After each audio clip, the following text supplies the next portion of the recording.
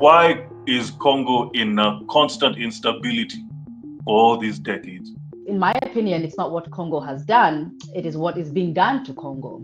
Congo has always just been this battery for the world, this fuel for the world, this pit of like raw material collection for the world, to the detriment of the people. The people have always been treated as though they are an inconvenience, that like they're in the way. They're in the way of the wealth. Congo has fueled all of the industrial revolutions, all of the technological revolutions, everything. And to think about that, and then to think about the standard of living in the country, that economic disparity, oh, if you seriously look into it, it'll drive you crazy. It's insane because we're all complicit when it comes to the genocide in Congo that's been going on for 3 decades. We're all complicit, each and every one of us, whether we like it or not, whether we know it or not, whether we acknowledge it or not, we're all complicit. Today, I speak with Hadija. She has been on the ground covering what's going on, shedding light on the Congo instability, and helping out in the community. We had a discussion on the situation in the Democratic Republic of Congo. So please help me welcome Sister Hadija. Hadija, how are you doing today? I am well, Brother Arena. How are you? Thank you for having me.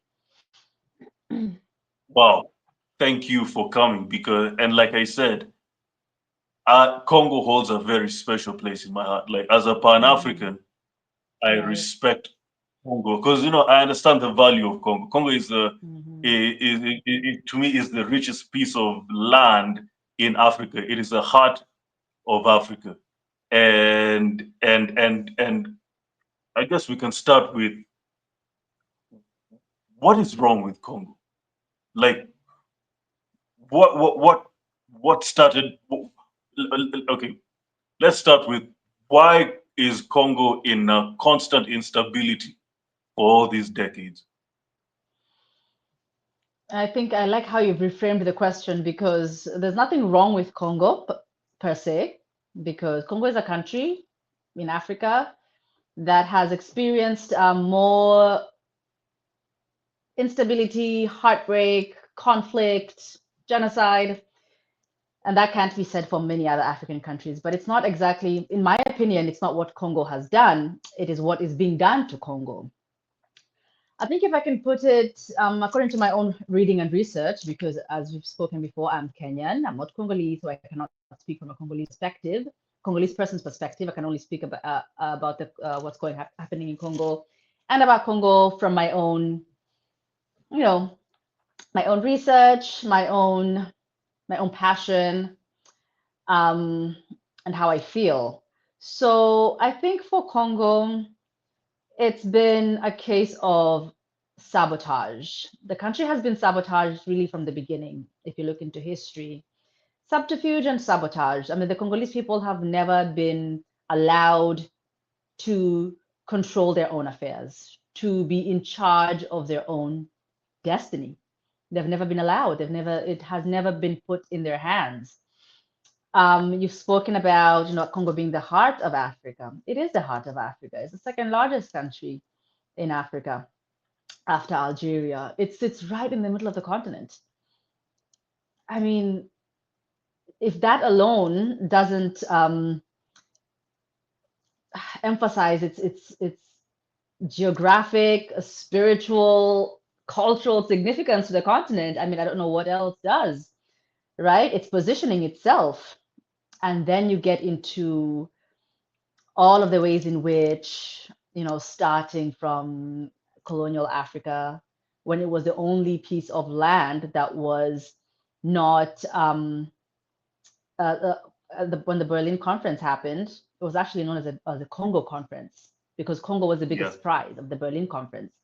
So Congo was left as an area of what they called free trade, and everybody was supposed to benefit from Congo, but then somehow King Leopold II of Belgium, bargained for Congo, and it became his own personal property. And then from there, while he was in Belgium, in a palace in Belgium, he controlled the affairs of the Congo, collecting ivory, using torture and abuse, and killing 10 million Congolese people in the process, collecting ivory, collecting rubber, that then fueled the first automobile industry, the first, the legs of industrialization of the globe, right? So we know all of these things, and then from then on, Congo has always just been this battery for the world, this fuel for the world, this pit of like raw material collection for the world, to the detriment of the people. The people have always been treated as though they are an inconvenience, that like they're in the way. They're in the way of the wealth, right? That's what has been happening. And then you have the CIA coming in together with Belgium and all of their Western allies to assassinate Congo's first democratically elected prime minister, Patrice Lumumba, and then installing dictator after that. So sabotage.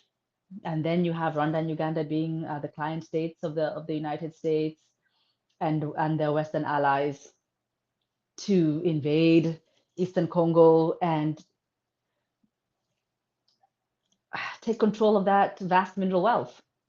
So honestly, I think we have to reframe. I mean, we understand that Congo is very wealthy, and that's why it has been a target of Western imperialism, Eastern imperialism at this point as well, because everybody wants a piece of Congo by any means necessary. So I think we have to reframe and I think center the people as opposed to centering the wealth. Center the people and advocate for their humanity, for their well-being, for their restitution and reparations for all of these years that all of this has been taken away from them for the benefit of all of us. Well, I've been watching you for a while now. Also, you being on the ground and filming what's going on in Congo. What what inspired you to do this mission of shedding light of what's going on in Congo? There has to be something that because the way you speak with passion about Congo, Mm-hmm. I always, Mm-hmm. like I'm always like something's really driving this lady. What inspired you to actually fight for Congolese people? Mm. I think for me, it's understanding the history and understanding how unfair the world has been, Africa has been to the Congolese people. Just understanding how much suffering they've endured and continue to endure, and thinking about how silent we have been. That's what drove me from the beginning, right? And then take, for example, I live in the West majority of the time, thinking about how much we in the West enjoy at the expense of the Congolese people because of the Congolese genocide, which is known as the Genocost, a genocide for economic gain. So we have all of these things that go on around us, right? Congo producing so much copper lighting our homes because of the electrical wiring, because of the piping in the water systems around the world. All of this ammunition that is made from the copper that Congo produces, that goes then to continue to destabilize the continent and many other places in the global south. So all of these connections that I kept making just emphasized to me how important it is to be very vocal about the genocide in Congo, which has been going on for nearly 30 years now, right? And that's recent history, because if you really think about it, Congo has been under like perpetual genocide since the days of King Leopold, because it's always been extraction, extraction, extraction. During the Cold War era, Congo was the prize, because that uranium that without it, the Allied forces would not have won World War One. Was it World War Two? I don't remember, when the first atomic bombs were created. That uranium, that excellent uranium ore, came from Congo. So the people are always in the margins.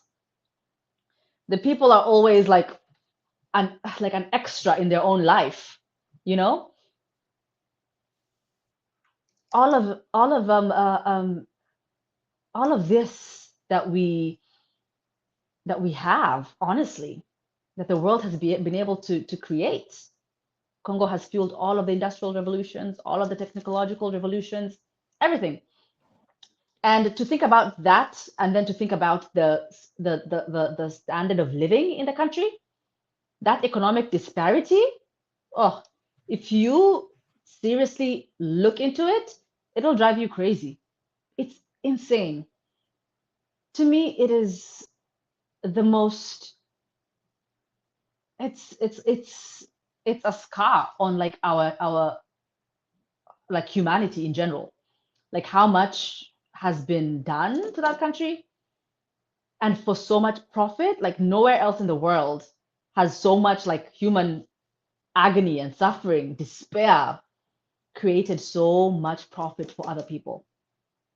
So when you read about that and you understand it, you cannot help but be angry. You cannot help but try and scream it at the top of your voice to anyone who will listen, to anyone who will try to empathize, to anyone who will try and stop it, to anyone who can do anything that we can, because we're all complicit when it comes to the genocide in Congo that's been going on for 3 decades. We're all complicit, each and every one of us, whether we like it or not, whether we know it or not, whether we acknowledge it or not, we're all complicit.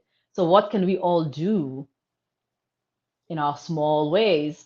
The least we can do is call for peace in Congo, call for meaningful change and structural change in the country, support the political revolutions that are happening in the country, whatever those may be. You know, all of those small changes that we can do as people who care about Congo and want the human suffering to stop. I see. You're right. I see the agony. Is it true that, because I know this, but for the people who are not, who are not informed in this topic of Congo, how many people are displaced so far, and how many people? What's the impact of the genocide in Congo right now? What's the impact in terms of death, in terms of displacement, in terms of just agony? How bad is it? How bad is it? If you ask the people of the region, some people have said figures like 20 million people have been lost since 1996. Some people say, 18 million people. I mean, we will never really know. We know it's in the tens of millions, but we will never really know the how many people have really been lost in Congo, because first of all, there's no one keeping a record, right? There's international aid organizations are completely overwhelmed. The ones that are there, the ones that are active. When I was in Goma, I mean, really, it's so many people had been displaced, 7-8 million people displaced. And these numbers keep changing because, say, for example, the latest insurgents was 2021. And then maybe war breaks out in another small village somewhere, or small town or territory in the northern provinces of Eastern Congo. Because where I was in Goma, which is humanitarian hub, really, where all of the refugees will come and find aid, which is usually nearly non-existent just because of the sheer number of people. And also we understand the complicity of some of these aid organizations in these crimes. I mean, the UN has been found to be complicit in the facilitation of minerals in a place like Eastern Congo. So some of them are overwhelmed. Some of them are acting nefariously. And so we really will never know. The numbers build on each other because the conflict and the genocide it's not getting any, it's not being contained. So these numbers are out of control. So some of the official numbers are, I think, 6 or 7 million people have been displaced. But then you'll have to figure out from how many years ago. I mean, people have been displaced since the war broke out in 1996. People have been displaced. So because these armed groups are protecting mineral resources for some governments, some East African governments who are complicit. They're protecting these mineral resources for multinational companies. They're protecting these resources for foreign governments. So it's a really, really horrible situation that needs to be attended to, especially by Africans. Africans really have to understand that, yeah, we only have one Congo, and it needs all of us to stand with it. So I think my question is this. You mean to tell me that the militias are working in conjunction and in concert with the Western powers? Of course, that's common knowledge. Mm, of Hmm. course, yeah, yeah. So With to Western protect, powers, with local regional powers, with everybody, really, because with the conflict in Congo, the genocide in Congo, there's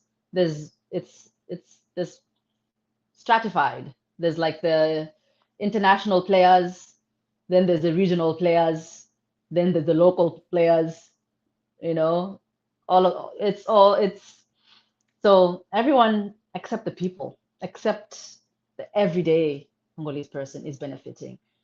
You have, for example, um, that Zionist called Dan Gertler, who who took control, who has monopoly of Congolese diamond mines, who had monopoly at one point, together with a company like Glencore, which is the biggest mining company in the world.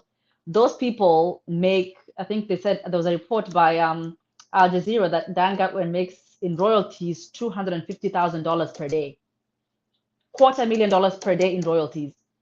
And those kinds of figures are possible only in Congo. Only Congolese wealth can produce those kinds of profits because Congo has $24,000 trillion in untapped mineral wealth, they say. That's unexplored underground. And so those people are making all that money, all that kind of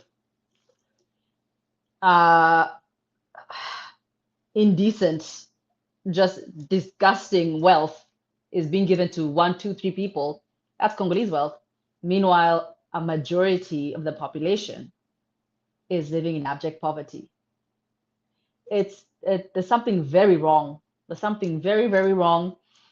And that's why to me, I feel like if we don't address that kind of injustice on the continent, oh, like we are in deep trouble.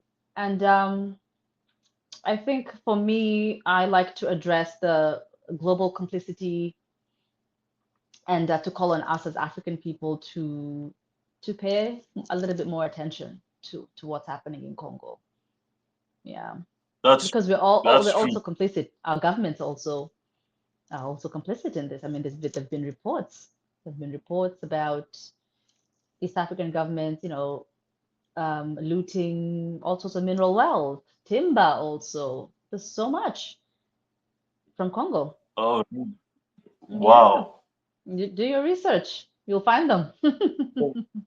Wait, okay, wait. When you say East African, don't tell me my country is in this mess as Go well. look it Don't up. tell- Look it up and come back and tell your audience. Look it up, come back and tell your Oh, audience. It's very oh sad. It's man. very sad. I mean, um, yeah, I think it's a great injustice all around.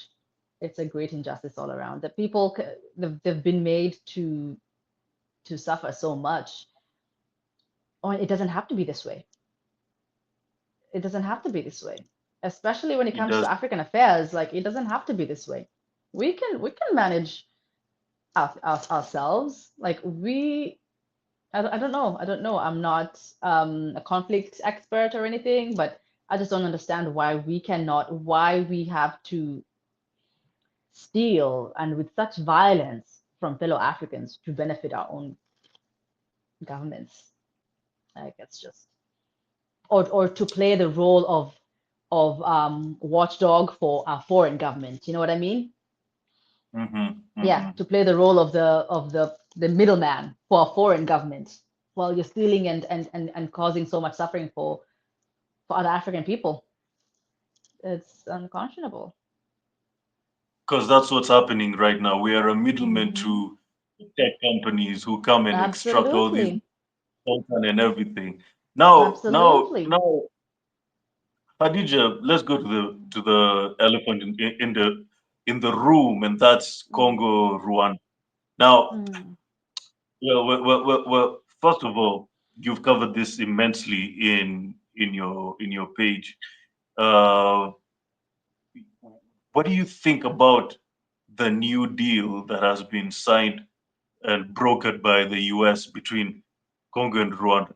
First of all, when I saw it, I was immediately disgusted because the first thing that came into my mind as a Pan African was, you mean to tell me that we can't solve our problems? We have to go to the like we have to go to the enemy to broker our problem. Like, and you expect this problem to end, and you're going to the same Mm. guy who is one of the orchestrators of this whole thing. So to me, it didn't make sense, and I was completely disgusted. And uh, uh, uh, uh, let me ask you, what do you think about this new deal? Has it helped in the reduction of the conflict between M23 and Congo, or has it just been nothing? It's just another deal to benefit the U.S. because you saw what Trump said. Trump said he's getting some minerals out of this. So what do you think Mm. about this deal? What do you think about this deal? Mm. Well, the deal is not new anymore, really, because I think it was signed in June. We're in October, or nearly October now. So the deal has faltered. I mean, there's still war in Congo. Um, so the deal really hasn't borne any fruit.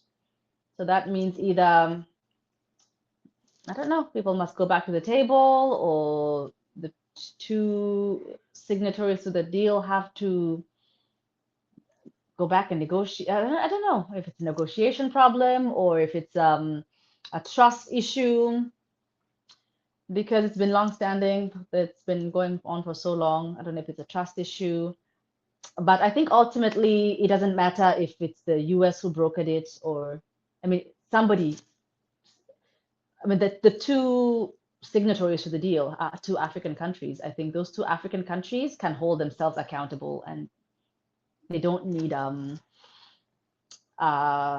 godfather in that sense. That's just my opinion, but it's, you know, the deal has already been signed. It was supposed to be, it's been in effect, but it has, like I said, it's faltered. So yeah, I don't Yeah, know what's next from there, but Congo is still in war. Yeah. yeah. I saw. I mean, people are still dying, and people are still Hmm. people are being displaced. So Right. the deal is not effective, which is what I Hmm. said in the first. I s- Hmm. I read the whole thing on the U.S. government website, and uh, immediately I said this thing is not going to work Hmm. How because come? this What made you think that?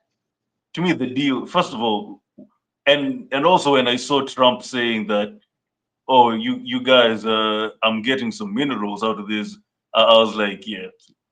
So this is not a deal to help Mm. Congo, and this is a deal to help the U.S. That's just what I thought. Right. It's unfortunate. It's unfortunate. I mean, I've seen plans. There's plans of I don't know. I think it's Jeff Bezos or somebody and some other billionaires have decided they have some lithium mines in Congo somewhere. I mean, yeah, the pages who that usually keep us up to date with that kind of information. I think I read that yeah, I mean, minerals are still leaving DRC. They're still being fed up the supply chain to the tech giants and everybody else who benefits. So it's still going on. The Genocost, the genocide for economic gain, is still happening while there's a peace deal apparently that was signed. So it's just very disappointing. It's very disappointing for the lives that they continue to be lost, for the people whose future and it's generations now at this point. The future continues to be bleak, and with just no positive end in sight. It's very, very disappointing. But I mean, fighting is still going on. It just remains to be seen how it's all going to pan out in the end. So yeah, Let's talk hopefully about Rwanda now. as little civilian casualties as possible. But yeah, you've been seeing those there's massacres every day. There's massacres in provinces near Uganda, Ituri province near Uganda, massacres in churches, massacres at funerals. And it feels as though the people have just no safety net, like no protection at all. Basic safety and security cannot be provided to citizens. Can you imagine, Orina, living in it's unimaginable. Can you imagine living in a place where anything could happen? A massacre could happen to you at any moment. You could be doing anything. People are at a vigil, a funeral vigil. Like you're mourning the dead already. And then a massacre is enacted on you. And then, the local authorities, the community just picks itself up to bury their dead, to mourn their dead.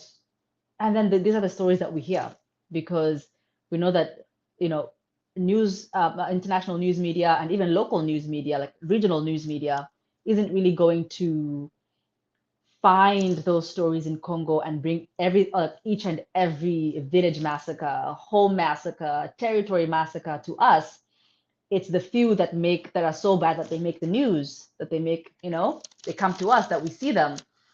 But this is becoming, it's a way of life. It's a way of life in this region, and it's extremely heartbreaking and should be very concerning to us as African people. And we need to sit down and think about solutions to end this once and for all. Yeah. Mm, mm, mm. Yeah. Wow. And like you said, by the way, well, before I say that, what do you think about Rwanda? Because I saw one of your videos where you said that there was an interview between Larry Madowo and President Kagame, and Kagame was saying that they have coltan mines in Rwanda, and you're like, show us the coltan mines, Kagame. And to me, I read somewhere that Rwanda is one of the biggest exporters of coltan, yet they barely have a coltan mine. Is that true? And is that what is really, really going on between Congo and Rwanda right now? Larry, do not leave Rwanda until you show us the coltan mines. President Paul Kagame has personally invited CNN's Larry Madowo to see the coltan mines. Larry, you cannot leave Rwanda without showing us the coltan mines. In February of 2024, Rwanda signed a memorandum of understanding with the European Union to supply it coltan and other critical minerals in exchange for development agreements and trade in Rwanda. These coltan mines that, Larry, you have to show us, their scale has to be larger than Rubaya coltan mines in Eastern DRC, which are the largest right now. That was February that they signed the MOU. And in May of 2024, Rubaya was captured by M23 militia. So right now, Rubaya, the largest coltan operation in Eastern DRC and the world, is under M23 control. That is supposedly not backed by Rwanda. Rwanda is the largest exporter of coltan today and has been for the last several years. Larry, you have to show us the coltan mines. Do not leave Rwanda until we see the coltan mines. This is a defining moment in the history of your journalistic career. Larry, show us the coltan mines. Free Congo. Mm-hmm. What have you found so far? Have you seen the coltan mines? Well, I've I never think been to Rwanda. Larry left. I think Larry left without showing us. I haven't seen them. So I mean, the largest coltan mine operation in the world is in Rubaya, and Rubaya is in I believe Masisi territory in North Kivu province. I know it's in North Kivu province. I'm not sure what territory exactly, but it's in North Kivu province. Rubaya coltan mines, the largest in the world. North Kivu province is found in Eastern Congo. That's where the mines are. I mean, you see, these things are just, they're evident.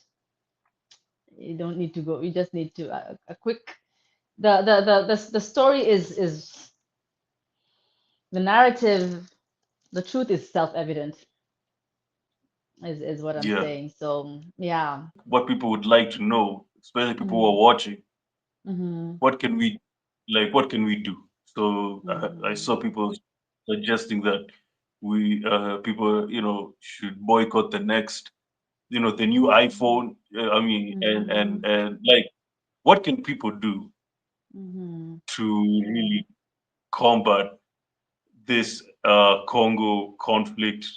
Coltan, tech companies benefiting. How can people take part in this revolution?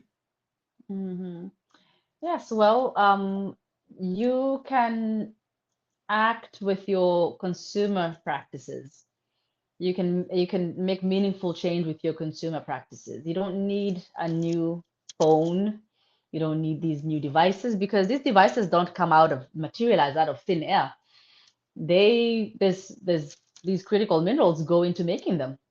And it's the phones, it's the tablets, it's the computers, it's all of them. So if you don't need a new device, most likely you do not need a new device.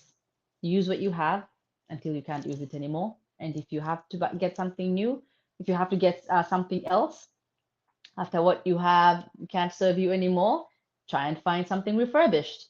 I'm sure, especially in Nairobi, which is a great tech hub, I'm sure you can find, computer and phone repairers, people who are, in our communities who can do these things for us. We don't have to go and give more billions of dollars to people who are already profiting off of genocide. So we can do that. We can also continue to raise awareness. We can continue to support Congolese causes on the ground, grassroots organizations. I personally work with one that is a group of volunteers from Goma in North Kivu in DRC. We are known as Let's Act Together for Congo. We are on Instagram. Let's Act Together for Congo. And we just provide, basic relief for the people who, don't have those material needs, the food and water, so that we can keep the fight alive, right? I mean, keeping people alive, buying diapers for babies and sanitary care for young women and girls, all of those things contribute to dignity, maintaining dignity for people who are suffering in this genocide. So we do things like that, and we also make sure we create a pathway for the people who have been affected by this genocide to end up being self-sufficient. For example, we work together with farmers. We buy seeds, fundraise to buy seeds for farmers, fundraise to buy djembes for farmers, farming equipment for them, so that boots to farming, some good shoes to farm in so that they can be self-sufficient, so that they have seeds and they can grow their crops, because many of them are farmers, many of them were displaced from their farms, and that creates food insecurity for them. So by empowering farmers, we're empowering the community. By empowering children, we had a back to school program recently, buying text books for children, pencils, all of those small things, extremely critical at this time. So that's what we are doing as Let's Act Together for Congo. And there are many others. There are many other organizations on the ground. You can find them, look at their work, just make sure you look at their work and see what they do. If it resonates with you, go ahead and support. It goes towards something very meaningful. All of these actions together. Yeah. And also call out And your how can governments. people? Call out the governments, call out the foreign actors. Yeah. Tell them that you know what they're doing in Congo. Oh yeah, trust me. And like I always say, you don't need a new iPhone every year. People buy a new iPhone every year, and I'm like, you don't need a new iPhone every year. It's the same phone being replicated over and over again. And for you to, like, if you care about the Congo people, Mm, at least use your consumer power, like the way Sister Hadija has said. Don't buy a new iPhone every year. Okay, and if there's a problem, try to fix it and carry on with it. right. Let's try as much as we can to cripple tech, because if we cripple tech, True. at least you'll be able to at least impact this situation positive, because coltan is being used in every electric device. Without coltan, all these devices we use here, phones, laptops, whatever, TVs, they wouldn't be functional. Absolutely. So so yeah, Hadija, Thank you I so totally much. agree. I agree with you. How, Thank how you can so people much. support? Let's Act for Congo? How can they fundraise? Mm, Where can they find you guys? I'll put the link on the description and everything. yes. But Yes, where we're on can they find you? Instagram. Yes, we're on Instagram. We're also on other platforms. We're on TikTok as well. I think we also are creating an X account. On TikTok, we are Agissons Ensemble, which is French for Let's Act Together for Congo. So, yes, we will provide all of the links and everywhere that you can find us. We have a fundraiser that we are running currently. So you can find all of our work on our page. Well, guys, thank you so much. Well, there you have it. At least now you know one or two things about what's going on in Congo. It's totally disgusting. People are being killed. People are being displaced.